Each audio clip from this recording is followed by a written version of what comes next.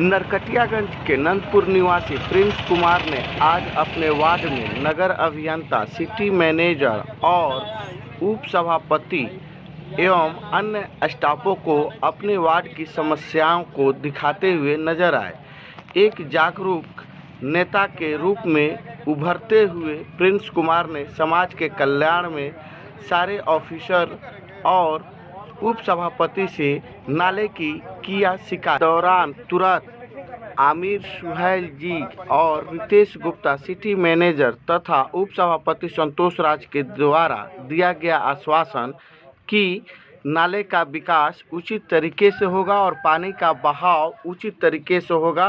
Prince Kumar हुए इनके जवाबों से संतुष्ट। नमस्कार, जय हिंद।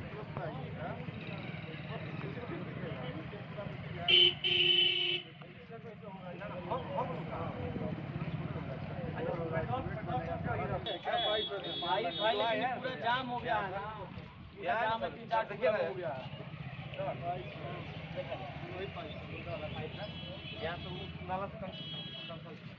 तो मान लीजिए यहाँ ऊंचा हो रहा था तो हमने थोड़ा सा